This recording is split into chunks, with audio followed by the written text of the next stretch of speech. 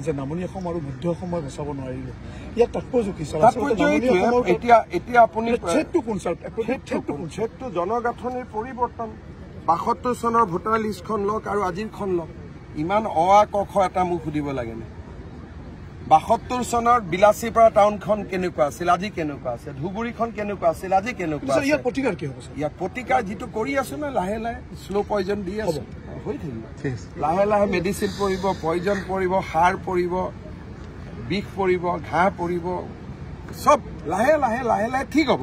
আৰু যিসকল স্থায়ী মানুহ সঁচাখচি ৭১ চনৰ আগত আহিছে তেওঁলোকৰ লগতো আমাৰ কোনো শত্ৰুতা নাই ৭১ চনৰ আগত যিসকল আহিছে তাকতো অসমীয়াই আদৰিয়ে লৈছে গতিকে আমাক বেয়া পাবলগীয়া কি আছে আমিতো কোৰ্টতে এফিডেভিট দিছো যে ৭১ চনৰ আগত অহাখিনি ভাৰতীয়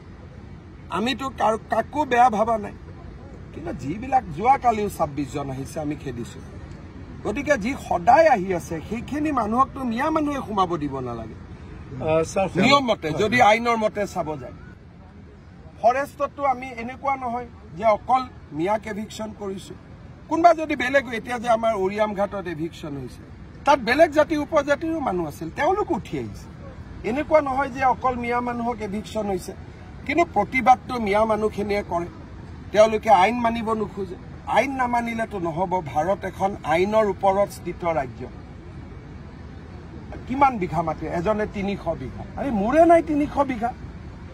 এজনে ২০০ বিঘা মোৰে নাই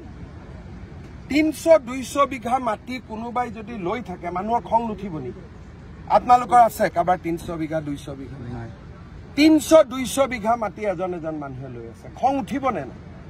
বোলে ১.৫ কথা লৈছে গৰীব দুখীয়া তেতিয়াতো আমি কেতিয়াও কাজিয়া নকৰো ১.৫ কথা ৩ কথা এইটো ২০০ বিঘা ১৫০ বিঘা মইতো উৰিয়াম ঘাটত দেখি মোৰ মাথাই গৰম হৈছে মই ইয়াতে মই ফাৰ্ম হাউচ এখন বনাই থাকিব লাগে CM TM হৈ লাভ নাই